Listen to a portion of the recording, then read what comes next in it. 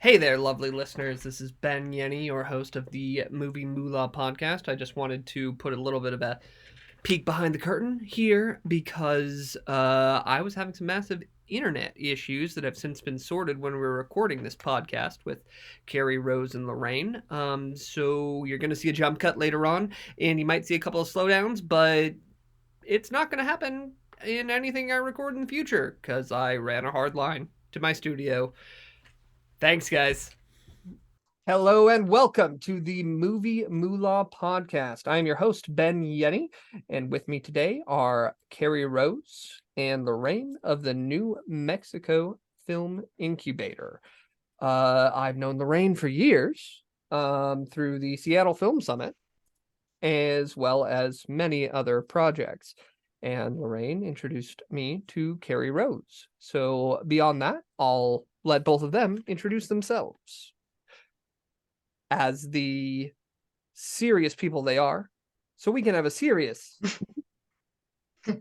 topic. We can talk about serious topics and probably have some silly conversations involved, because, you know, that's the tagline. Oh, good. I love you. Off to a Hello, great start. I'm Lorraine Montez. Good to be here, Ben. It's so good to see your face. And we're on a podcast, but it's excellent to be able to see you. It's been so long. I did meet Ben up in Seattle. I have been a producer for almost 18, 20 years now. I teach, which is how I got involved with Carey Rose. And Carey Rose and I share another dual background I'll let her talk about. And I'm also an actor and a screenwriter. And it's great to be here. I'm actually very honored, Ben, that you asked me on your show. So thank you.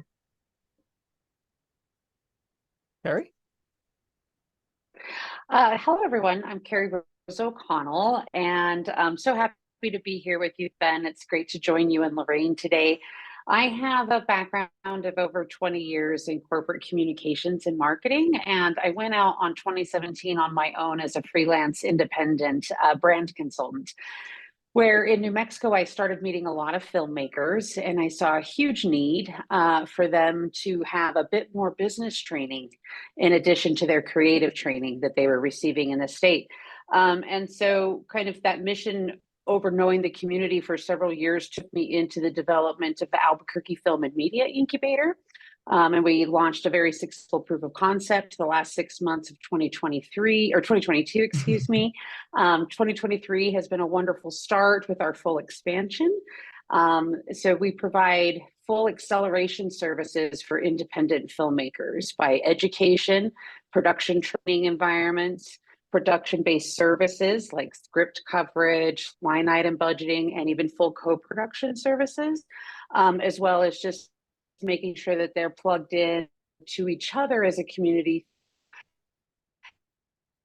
Engaging structured networking events as well. So it's been great to know you, Ben. You get to join us soon in one of our classes by Zoom, which we really appreciate having you. And yeah, it's great to join you guys today. Little side note on me is I'm also a poet, so that's kind of my creative force. Yeah, and Carey Rose and I met because I relocated back to my home state of New Mexico a couple of years ago.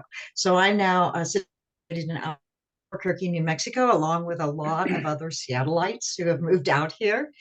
Ben, I'm going to talk you into it one of these days in that East Coast weather, my friend. Yeah, I think my dog might not be too happy about the heat. He is very much a cold weather boy. Aw, we'll get him a pool, man. We'll get him a pool. That he wouldn't.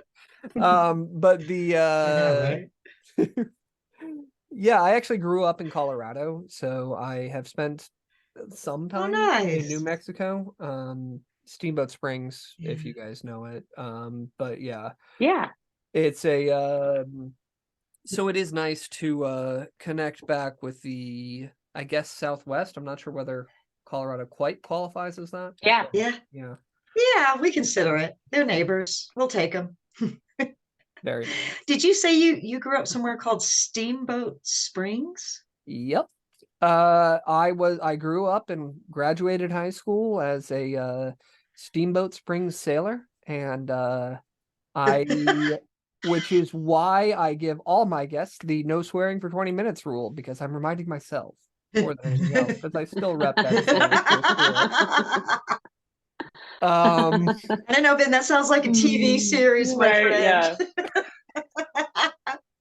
Yeah. Petticoat Junction, now it's Steamboat Springs. Yeah. That is a thing. So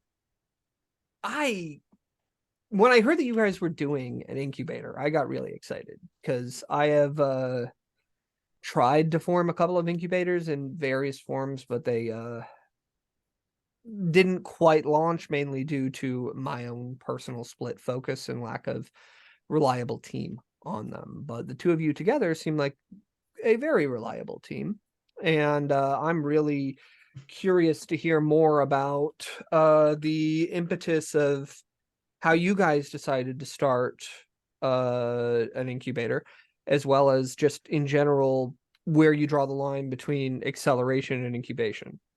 So, well, I'll start by saying it was actually Carey Rose's brainchild. I had nothing to do with it. I'll let her kind of tell you the story, but she told you a little bit before how she just realized it was really needed here. I just happened to come along with Kira Seipler, who, Ben, you also know, is an amazing filmmaker in her own right. And she relocated to Albuquerque. And I came back about a year after Kira said, gosh, you need to meet this lady named Carey Rose. And I was like, oh, really? And then we met, and we're both gingers, and she's so tall and I'm so short. And it was just so funny. And I don't know, we spent a lot of time planning and strategizing, but we also spent a lot of time just laughing and coming up with ideas and joking and kvetching with each other, right, Carey? Mm-hmm. Yeah, sometimes crying. Sometimes crying. But no, all of that, fortunately. Yeah, more laughter. Like crying leads to laughter, so we're good. But being an entrepreneur since 2017, the ebb and flow of being kind of on your own in the business world is something where I'm used to cycling through laughter and crying. But I think that spirit in me is why the incubator came into fold. My corporate background taught me a lot about system development. And it's been a natural skill set to me.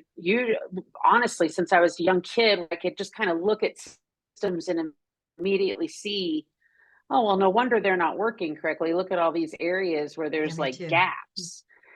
So that kind of, as I met the community out here, I realized that there was just a lot of gaps that were not allowing a localized, sustainable film and media community to develop.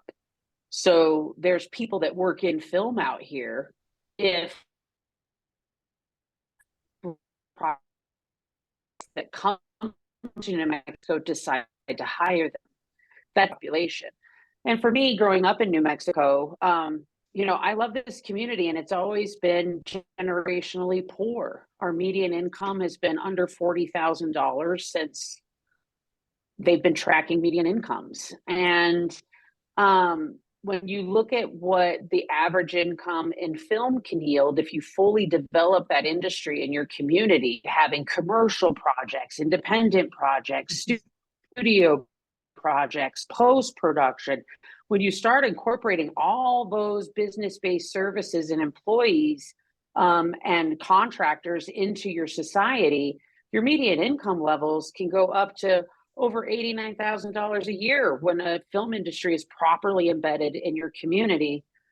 And I couldn't look at my fellow New Mexicans and deny my help in that opportunity for them. I mean, that would generationally, that increase would make a huge impact on us as a state for generations to come. And so these aren't hard things to learn and fill, but the community at this point doesn't understand It's simple, it's just not easy. So the concepts of the business plan for film are very similar to any other business plan. But if you're going to say, I'm going to be an independent filmmaker, then you need to accept you're accepting being a business owner. And there's certain things that you just need to learn about that process to make yourself effective.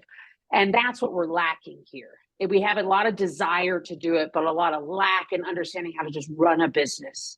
So we're combining the two. And I think, to me, that's where the incubation converts to acceleration, is that when we combine the inherent training of business into then the live training models where they actually get to be on sets working in live environments together, those two things together will accelerate the pace at which I can generate local pro level producer talent that'll become the future employers of our state. Yeah.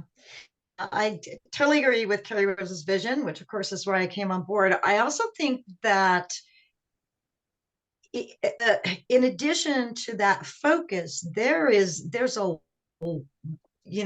Carey Rose dropped a pebble in the water, and the waves that are going out from it and the impact can reach so far beyond anything that New Mexicans have ever experienced, not just in the film industry, but creatives overall. We've had people come to us and say, hey, I'd love for you to do, a line item budget for my script. And we start taking a look at the script, and I will go back to them, or Carey Rose will go back to them and say, look, we'd be happy to do this, but you're not ready, and we don't want to take your money. What you need is script coverage. And whether you do it with us, or whether you go online, or however you decide to go out and do that, please make sure your story and your script are ready to move into that next facet, which includes your marketing communications, your pitching, everything that's got to go around that. Then as you're trying to, attract, investors, sales reps, producers reps, whoever can, get them in your corner so that you can really start moving into an arena of true pre-production and then principal photography and post and festivals. And I think the other way that we accelerate, and it's happening organically, is that as we're training into all creatives on a lot of levels, in the film industry, in storytelling, in marketing communications, frankly, in the tech world, because filmmakers live in a digital world now with everybody else. We're also training them in leadership skills. We're training them in software as a solution programs. We're training them in how to think about your career, how to create a career path that you like, and where that may take you within a creative industry. And even if they decide not to go into filmmaking, they're now on a path where anything and everything that they're learning is absolutely going to accelerate them as they move through life. And we're also seeing organically that things like we taught a pitch panel, and now we demand to advance, to get another advanced level of it going, because people are so hungry to learn how to pitch, to learn how to fund, to learn the business of the industry. It all now melts together, as Carey Rose said. We're all entrepreneurs industry now. Right? Mm-hmm. And especially if you're in independent film. And even to me, I've even, seen studios that are taking best practice of independent films. And of course, we're all now dealing with artificial intelligence and where that may lead. So I think it's a great time, frankly, to have incubators across the country, mm-hmm. To help as many creatives as possible reach those dreams. I agree. I mean, I think right at the beginning, you kind of identified a pain point, which is which makes this much more of a logical community investment, and that is the median income of the area. And the fact that any reasonable film industry job that is full-time and be in maybe just a hair beyond entry level is going to match that medium or surpass it with a lot of still room for growth. And that is something that I'd imagine city, local, state governments, our county, maybe, I don't know, are interested in. And it must, is that an accurate depiction? I would say, I don't know if they're that interested in our full position yet, because I don't think they quite understand how uniquely we set ourselves up to be the actual resource conduit that connects all the other resources that they support. So there's a level of our state's awareness and comprehension of the film industry at all levels that creates, I would say, simple, probably unawareness of the benefit of some products, right? Because we try and do a lot of, I think, and this is completely like no judgment on how anything's run. Our state overall has been super supportive of our industry. And one of the reasons I even took on is because of the unique position that New Mexico continues to support with independent filmmakers. Even with our tax credit program, they make it viable for independent films to take part in it. And so they're tremendously supportive, but I think we have the natural human tendency as a society to like go for the gusto. So a lot of conversations, stay around the narratives of, we need studios and huge training models for young students and lots of top dollar investment, which isn't wrong. It's just that there's this huge that they're missing about the independent filmmaker and content creator component, that they don't understand. It doesn't matter how many people you put through rudimentary training to become crew members. There's only going to be so much work as long as we only foster studio jobs from Netflix and NBC Universals. It's not enough to pay everybody. So we have to create the independent producers that understand, how do I unlock funding for a feature film, get it produced in New Mexico, pay folks, get a tax credit, and get it distributed to the markets? As we start training that end of the spectrum in this industry, those are people that suddenly fill in their between work with making commercials for local businesses that are affordable because they're local. Now all of a sudden, local businesses reach more people in the community than they ever thought possible, because there's a local film producer willing to make them a commercial so they can pay their rent and eat and have some bills paid between feature projects. Like, if you talk to anybody from any larger market industry city, like out of Southern California, they'll tell you everybody eats off of commercials, and then we get big projects in between. But you have to have these other foundations of the industry that are extremely independent and very, very localized. And we've been training a lot of the big picture stuff, building a lot of the big picture stuff, boxes, studios, the flash. And it's kind of mundane to think about training what we call independent makers, because they're given less credit for their ability to produce, create a functioning, localized economy. They're not trusted to do if so I could yet. jump on that with you, Carey Rose, I think it's a bit short-sighted, because at the end of the day, our locals are the ones paying taxes, buying houses, going to restaurants, buying tickets, doing everything that keeps the area vibrant and thriving and growing, in addition to what we may be getting from LA bringing films out here. And I also think, Carey Rose talked about, she's known from a young age, she's really good at recognizing gaps. That's one she and I have in common. And that gap here she talked about is a massive opportunity, right? Because if you have the ability to take a gap with those independent filmmakers and content creators, even if you're just, not just, but even if you're a screenwriter who really is just looking for a producer, or you want to sell your story, this market is, for the most part, untapped when it comes to storytelling. And you know how we always hear, in the bigger markets, give them the same thing, only different. Well, the stories out here are just that.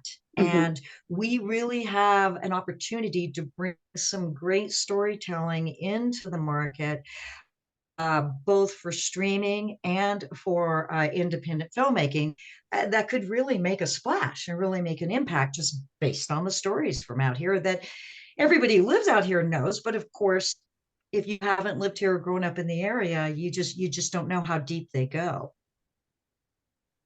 That makes total sense to me. The other thing that I feel like is missed by most state tax incentive models would be the big money kind of comes from residuals and royalties. And even if a big studio project is putting a ton of money into the area to shoot it, they're also getting a decent amount back from the taxpayer. And once they're gone, they're gone. And basically, as soon as somebody else has a better deal for them, they're going to move to that area as well. I mean, it's a bit different when you have like Netflix investing in studios and things. Like, I know they were doing in more southern New Mexico and a couple of other places too, but it's not the same as having a local creator community, because that's what's really going to drive long-term revenue after these productions leave, that will be frankly taxable at full rate. But the I don't know. I think it's a really interesting model, and I think it is something that is very replicable across the country. One thing I've seen about secondary and tertiary markets for film, because I've spoken in a lot of places, including New Mexico, and I've it seems that the biggest issue is that a lot of filmmakers would much rather be the king of their own tiny hill than a noble in a larger system or larger community. And is that something you guys have faced? Yes. I'll say it. Yes. We're working on that. I think one of the things I noticed when I got out here is there's a lot of focus on lack. And I get it. When you grow up in the desert, everything's trying to kill you. It's really hard to think of abundance. But so I think what it is you're seeing a fear of competition, that maybe the well's going to dry up, or there's not going to be enough, or it's, for me, it comes out of, like, I'm from Las Cruces, right? And so even when I grew up, like I was telling Carey Rose, Albuquerque had a bad rap in Cruces when I was growing up, and I was like, I was came to Albuquerque.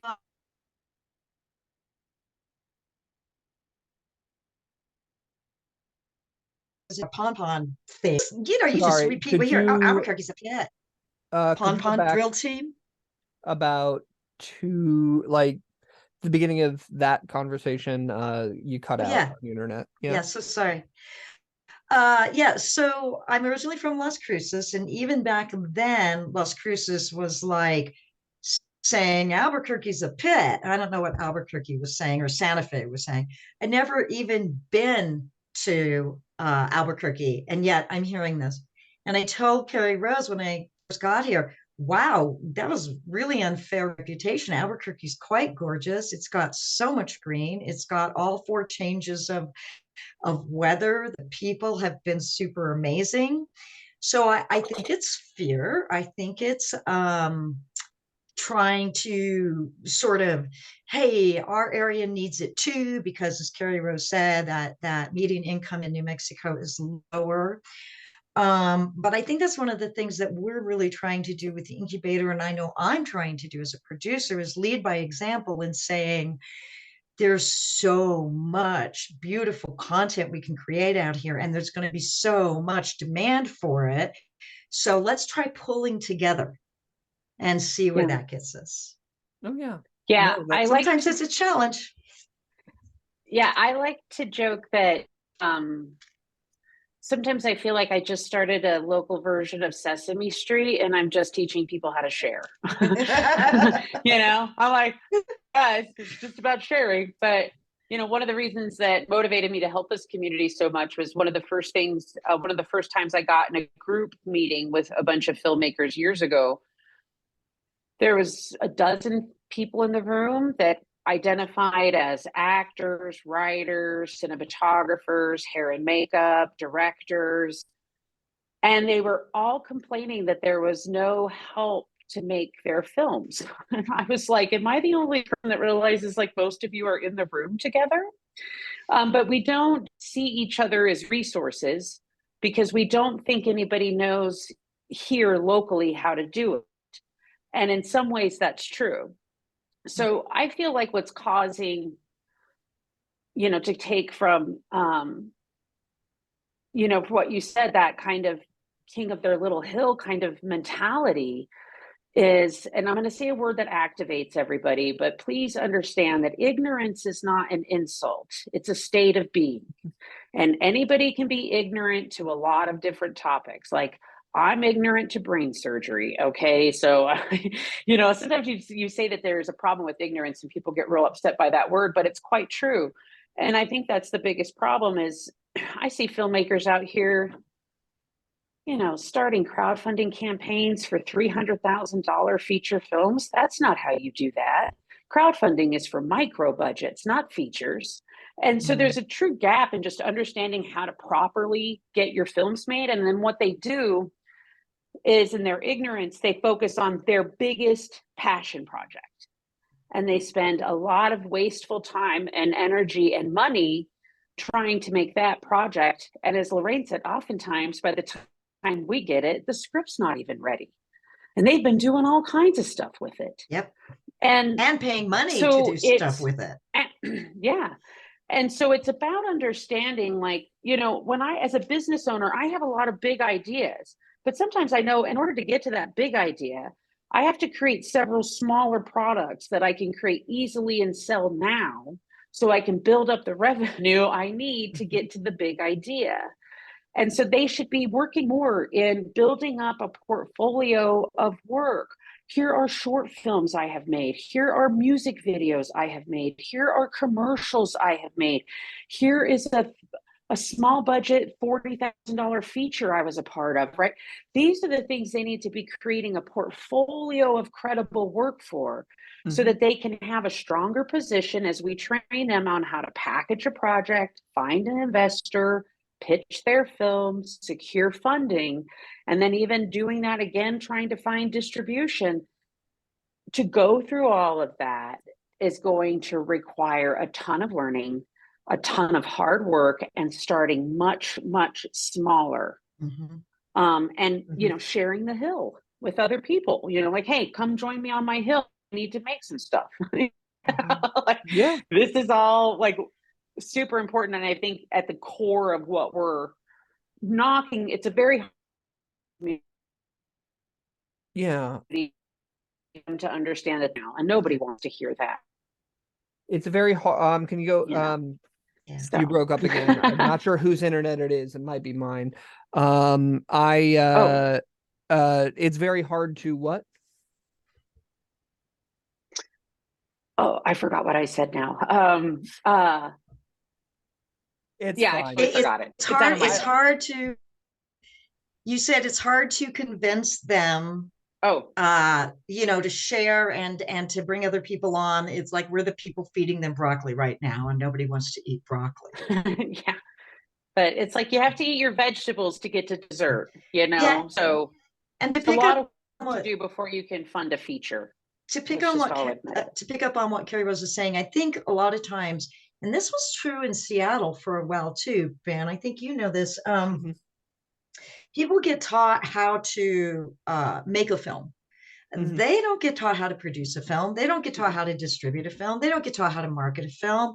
That's one of the reasons I started teaching the class I did at Shoreline Community College. And it's still, I believe, only one of 2 classes like that in the entire city. And Seattle's much larger. So I think we have the same issues out here in that people either get excited and they want to do the sexy and creative parts, which I completely understand. That's what we live for, right? But at the same time, the way I try to explain it is it's like building a house. And if you try to put in the walls and the ceiling and the roof before you put in a foundation, your house is going to collapse. So the foundation might not be sexy, but if you don't do it, chances are you running into some pretty insurmountable problems, either during pre-production or production or post, are exponentially increased. And if you're really wanting and passionate about being a filmmaker, especially, you also have to invest in yourself. Oh, entirely. You have to learn. You have to take some classes. You have to, like Carey Rose said, get out on set, do a short film, go do the 48-hour film challenges, go do all of it. Because again, book learning is one thing and actual practicum is another, which is why we really try to combine all of that together in a holistic way of accelerating people, through the programs that we do.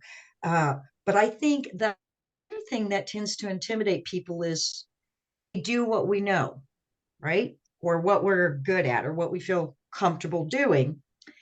So if you get some filmmakers together, all they're really comfortable doing is doing some camera angles and a little bit of lighting and have no idea what really goes into producing, or you get someone who's written a TV show, let's just money on going off and doing a pilot, even though that maybe that's not the best practice, that's still a learning experience for those folks. I know we tried. It's still a learning of those folks. And I think what we're trying to do is just make sure the learning they get is maybe not as painful as some of the lessons that personally I have learned as a producer through trial and tribulation and, going through the practicum part of it. I also think people tend to freak out if there's what I call an empty space in front of them or a white space in front of them. I've got the script and I know how to shoot it with a camera. I don't know anything else. So I don't even know where to start with that, right? And some people are willing to jump into that empty space and go, well, I'll just figure out where I am when I get there. And some people they just can't do it without a little bit of help. And I think especially learning best practices of being an independent filmmaker and what that means as being a creative entrepreneur is vital if you really want to have more joy in what you're doing creatively and make sure that when those harder challenges and issues come up in pre-production or especially on set, you're ready for them, and you're prepped and you're confident and you're able to be a leader and a problem solver and continue to move on to achieve that goal of making that day. Yeah. I mean, it's hard to think long term about a lot of things, especially when so much of this landscape is shifting like dramatically right now. And I think from a filmmaker perspective, I don't remember who first told me this phrase, but it stuck with me since. It's not so much that practice makes perfect, it's that practice makes permanent. And yeah, exactly. And when they're actually,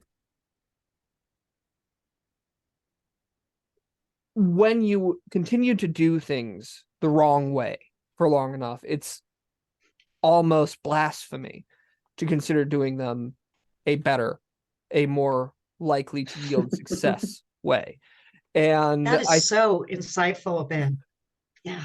It's I have faced the same general sorts of problems here a lot, so I've had a lot of time to think about it. But the one thing that we faced on Tim Travers, which was actually Lorraine, I believe we owe you a special thanks on. But the you as you introduced the director and I long ago through the summit. But we are He's a good guy. He's a great guy. Yeah, I really like him. Yeah. But he is a in that Stimson Sneed. He's coming on the podcast in a couple days, recording. Don't know when it'll be released. But he's but there were some surprising issues we kind of faced around shooting Tim Travers. Look, I mean, overall, Spokane was amazing. I continually recommend North by Northwest on basically anything. Yeah, they're really good. Range. They're fantastic. But yeah. There were a couple things that on the lower level crews there, I think kind of were indicative of this same mindset. They've gotten through them mostly, at least from what I saw. Of course, I was the executive producer in the 3-piece suit visiting the set, so I am not sure I saw the actual nitty-gritty of what was going on. But let's hope not. Let's hope not. Yeah, that's a but yeah, I say that story more to, even then, a decent amount of our crew was from Seattle, just because it was a big enough production, there wasn't quite enough in Spokane. And I could pick up on a little bit of the anti-Spokane and Seattle I don't know what to call it, but so it's so passive aggressive, hard to describe it. It's just, I say that with great love to my Seattle peeps. I don't know what it is exactly, but it's funny. It is a universal problem across every secondary and tertiary market that I've played a part in. And just for the record, I mean, when I say secondary and tertiary, I mean everywhere except New York and Los Angeles. That's yeah, of course. Right. Maybe Georgia. Maybe they're looking at us like, yo, people, chill.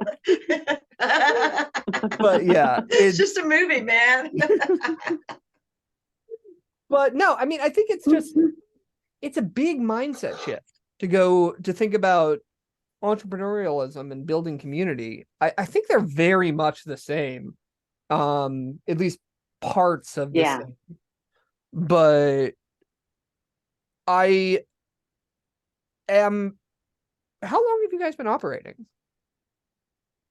So we launched a proof of concept of the incubator from my brand from June to December of 2022. And in that time, we helped the community produce a feature-length documentary, 2 short films, and we hosted several well-attended workshops that Lorraine was our lead instructor on. And so with that, we decided, okay, this looks viable. It's going to take some work, but there's value in it. And so we expanded at the top of this year and fully took on the name through my LLC as a DBA, and expanded to an office with a training center here locally in Albuquerque to handle all of our classes, and kind of went full board with all of the digital space marketing, etc. So I said I like to call us bona fide. Yeah, when we started a proof of concept last year, and full board kind of bona fide version this year. So we're very new. We're very fresh into it. Mm-hmm.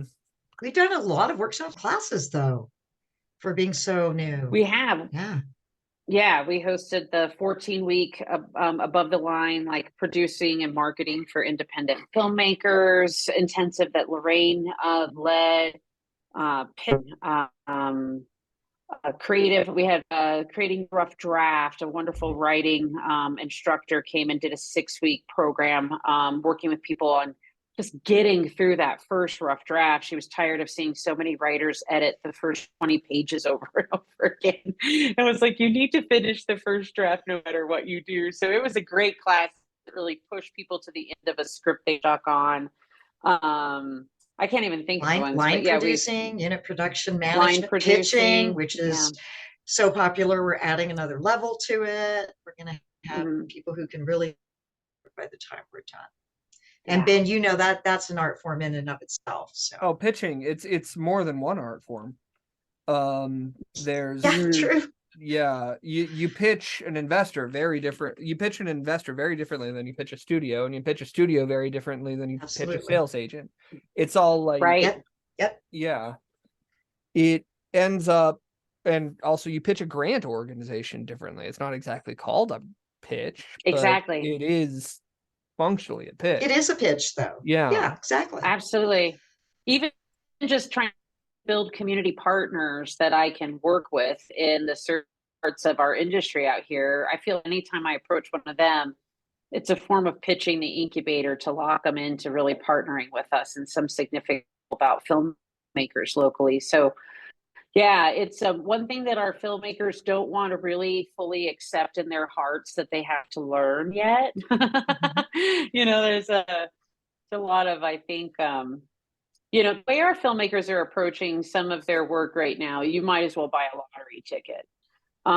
So, you've got to learn these fundamental skills, and then that way, that the time you're spending is useful as you're trying to find these meetings and do these pitches. So we'll get them there. It's going to take a while longer, though. I think it also helps them identify red flags, right? Because as you have sort of that LA business model moving in, you have some bad actors and some bad players that are moving in with them. And we really want to make sure that the film community here, all the way from behind the camera to in front of the camera, it really knows the right questions to ask in order to really identify who they're with. They make sure they're not getting taken advantage of, and that these people who have learned to do that really, big LA and New York, I got irons in the fire, talk to you because you have to sign an NDA, those kind who really don't have anything, but they talk a big game, how to really be able to flesh them out with a set of smart questions so that you can vet people and make sure that, they are walking their talk, and also that it's a relationship that you want to pursue, because as we all know, and as we tell everyone in all of our workshops and classes, this industry is all about relationships. No, it's entirely about relationships. Yeah. That has been cemented for me moving into the going to con and going to EFM, and I've been going to the American film market for a long time, but it wasn't until I started being much more on the direct sales side of it, as opposed to being a producer's rep interfacing with sales agents. It's exceedingly important that your reputation and in general your relationships in this space function, and that's why like I go to markets right now with 123 Media as a consultant, and I do a lot of US sales. Like I'll interface with bigger US distributors, as since the Mutiny sale I'm not allowed to be a distributor for a little bit, and I am working, and it's just astonishing to me to see how long most of these relationships are, as like Alan is wall to wall with meetings for pretty much the entire market, and when I sit in on them, most of it is like it's 15 minutes of, oh, how are you, how's the kids, do you remember that stupid thing you did at that one market 30 years ago? Not 30, but to illustrate a point. I get it. It's like that's basically it, and then you eventually talk business and start showing trailers, and but you don't close, but it's rare you close anything there. Most of the time you'll close it and follow up. It's but it is really the reason that I think those in-person markets still exist is because of the need for the relationship in this level of business. It's Absolutely. yeah. And a lot of people I find really either don't know how to network or they're very uncomfortable doing it, usually because they don't know how to network. And so I think that that's, another skill that it's very important to learn. Networking for me is not about going in and trying to seek people out to see what I can get from them. Networking for me is I'm going to go and I'd love to find out about you and learn about what you're doing and see if I can identify anything that I could, I don't know, introduce you to somebody else to help with, or maybe I've got something you need that I could help you with, or whatever it is. Sure, I'm happy to talk about my projects, but that's not what networking is for me. Networking is really me being able to get in there and start to learn about that person. And I really enjoy doing that. So if it's genuine, you can have a great deal of fun with it. Yeah. Because you're not after a specific outcome. Ben, like you said, you go into those meetings and oftentimes you don't close until later because that's not what that meeting's for. No, it's for seeing each other and maintaining a relationship more than anything. Like when I went to EFM, because we started Mutiny during the pandemic, so all of this was just not a thing. Nobody was traveling. The markets were either sparsely attended or just not put on at all, unless they were virtual. And I did a lot of virtual work, but it's not the same as meeting somebody in person. And part of the reason I went to EFM and Con this year was to cement all of those relationships that I'd been dealing with in my capacity at Mutiny, to actually just sell to.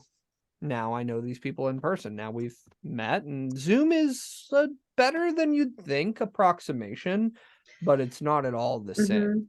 It's you can't get any energy from it, right? It's like you can't. We're missing a very important and distinct part of how we evolutionized as humans, which is body language and energy. And it's very, very hard to read that, virtually impossible to read that over Zoom unless you're really studying it. Yeah, I mean, there's the empathy connection that you just don't get over Zoom. That's what you lose. You can get a lot of the rest of it, but the empathy connection, it's just not there. It's it's like it's better than anything else we had in the pandemic, but these in-person spaces still exist for a reason. It's cool. So how are you guys funded? On a hope and prayer.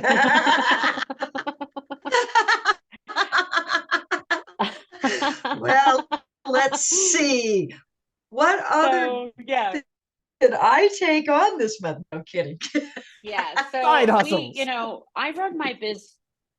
Yeah, I run my business just like my consulting before this, where I always look for multiple streams of income that my brand is generating. So we're never reliant on one outcome being successful or the whole thing collapses. So we are an LLC with future Schedule B Corp conversion, but we do have a fiscal sponsor. So we have a couple ways that we can bring money into the incubator to support our communities. We have classes at a very affordable prices. So if you want to learn, you can pay for classes here. We offer independent filmmaker packaging services. So script coverage, line item budget, marketing press kit kind of things. We can develop those and do one-time packages for filmmakers and support those for a fee.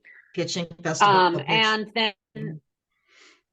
we can also act as a production company. So we can take on either, in pretty much any scale, micro to feature production. We're interested in the work of finding funding and promoting those, and then yielding anything we can as the production company on the back end. It's obviously it's a long-term revenue stream, but we aim to do that.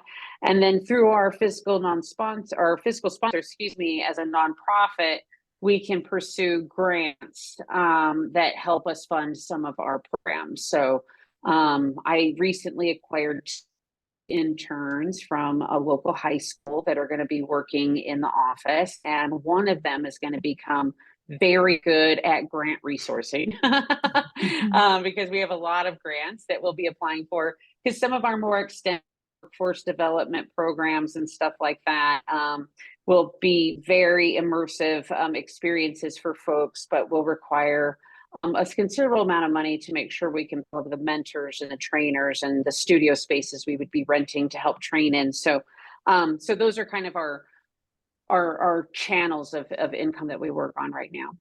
And envisioning, obviously, going more digital, more broad reach at some point. Mm-hmm. Yeah, one thing that we're doing that we're going to launch very soon, and so for all the filmmakers listening to this out there, be ready. Some of our content is so valuable for not just Mexican filmmakers, independent filmmakers all over the country and pretty much all over the world, that some of our topics, like our funding and distribution for independent filmmakers, marketing and communication for independent filmmakers, and intro to pitching, we're about to start recording very high quality webinar versions of those, so students anywhere can purchase the class and take it on demand no matter where they're at. So that'll be another way that we can earn income, but also help more independent filmmakers even outside of our local New Mexico communities. Well, that's interesting. I mean, I think you've definitely got something with the grants. I know that there are a couple that I'm not gonna name on air that would be good to apply for your specific situation. Because I'll tell you when we stop rolling. Yeah, well, we could do that later. Yeah. Thank you. But the no, I think you've got your head in the right spot on this. It's a very starting anything in this business involves side hustle. Before my rep business became self-sustaining, which was pre-mutiny, I took a litany of freelance jobs. I think one was when I was really, really, really starting, when I had like when I was still just going to AFM for the first few times. I took a job telemarketing websites to companies in Texas with a where the leads were sourced from the Texas Business Registry. And I was very glad I lived in California because I got several gun threats. But it was I don't doubt it. Texas, my goodness. Oh, boy. But Funny. on that,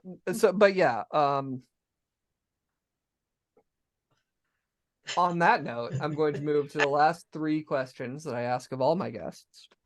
And I'm going to say you can answer the first one second if you like, because sometimes it takes a second for people to think of. So I often just give the first two at the same time, and you can answer them in whichever order you please. Okay. So the first question is, what are your top three favorite movies as it stands right this second now? It can change in 10 minutes. It is literally a vibes thing for this current moment. And then the second question is, if you could go back and give yourself one piece of advice, what would that advice be? And when would you go back to tell yourself?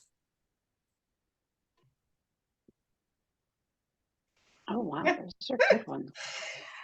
Okay. So the three movies are current favorites? Current, they can be for any reason. Just like, and again, they could change in 10 minutes. It's okay. Lorraine, do you want to go first, or do you want me to go first? Do you have some? I have some movies. Okay, you go first. Yeah. So for me, I'm always going to answer The Heiress with Olivia de Havilland from like 1942 is my favorite movie. And it's always my favorite movie. It's been that way forever. So it will always probably stand. It's a fantastic film. If you haven't seen it, I would definitely watch it. Some of my other favorites that have just always stay with me is a longtime favorite is Royal Tenenbaums. That's a good one. And then The Battle of Buster Scruggs by the Coen brothers, which is a series of short films and very, very good storytelling in there. Excellent. Did you want to answer the other question too? Yeah, and then for the other question, if I could go back and tell myself a piece of advice, what would it be and when would I go back to? I would go back and share with myself that I came up with a new phrase recently after working with myself and this community about kind of living in poverty, which is lack is just space to receive. I love that. So I think I would go back and tell myself that, and I would probably go back to like my 12-year-old self and make sure I foundationally knew that. Nice. Yeah, that's really good. Okay. Yeah, well, that's good. Well, Ben, you know I can't narrow this down to 3 movies. Okay. So I have to say it this way. All Star Trek movies except the first. Don't get on me, Trekkie haters, okay? I love everything else except Janeway's hair. It's way too big. Oh my gosh. Princess Bride. And I've been able to act with Carey Elwes, and I will tell everybody he is a genuinely awesome, funny, amazing dude to be around. And I was so thrilled to be able to act with him. It wasn't obviously in Princess Bride that I acted with him, but I did get to do that. And then my third one, I'm going to give a shout out to Get Out because, man, Peele did such a good job on that. And it harkens back to some of my very favorites like Serling, Hitchcock, and all of that stuff. So, yeah. And what would I do? I would go back to probably my 10 or 12-year-old self, and I would say, listen, girl, you're worth it. Invest in Microsoft stock as soon as it comes out and enjoy your creative journey because that's what it's all about. Fair enough. I love the one episode, I don't remember, it's probably Family Guy, it might be something else, of where I love Family Guy. Cleveland goes back in time and says, buy Apple! Or somebody says that in the next scene, there's just tons of apple trees everywhere. But that's funny. Okay, on the somebody's gonna hit it in the comments because I definitely got some part of that reference wrong. But the on that note, thank you both for coming. I am more than happy to have you back. And I am looking forward to helping with your class in like barely over a week. Awesome. So yeah, you're gonna be you're gonna such get a some information about that superstar. soon. Superstar. Thanks so much for having us. Thank you. It was fun. Thank you both. And as always, I've wait. Oh, what, huh? I want you to answer that question. You tell yourself, and when would you go back? I would. Got him. Yeah, no, you're right. That's like, people have asked me about the other 3, and I had my 3 picked, but you didn't ask me about that. So, I would go back to when I was 20 and still fairly early in film school. And tell myself that it's a long road and a lot of it doesn't matter. It matters a lot and matters not at all at the same time. It's a yeah, just what people think of you matters, but what you think of yourself matters more, I guess, is the sentiment I'm driving for there. But Yeah, um absolutely. so thank you guys again. And I've been Ben Yenny. This has been the Movie Moolah Podcast. And if you like this sort of thing, please check out the link below to sign up for my mailing list, where you will get a free Indiefilm Business Resource Package, which includes a deck template, festival brochure template, ebook, and white paper, money-saving resources, and a whole lot more. Again, completely free. Plus, you'll get a monthly. I want that. Dang. It's you just in the link. I'll send you the link. Go subscribe. Yeah, it's a go. And on that note, also like, subscribe, tell your friends about it. And if you're on YouTube, hit that bell so you know when I upload another podcast, and maybe even some other video things and announcements. Thank you guys again. Thank you, Ben. You're the Thank you. best.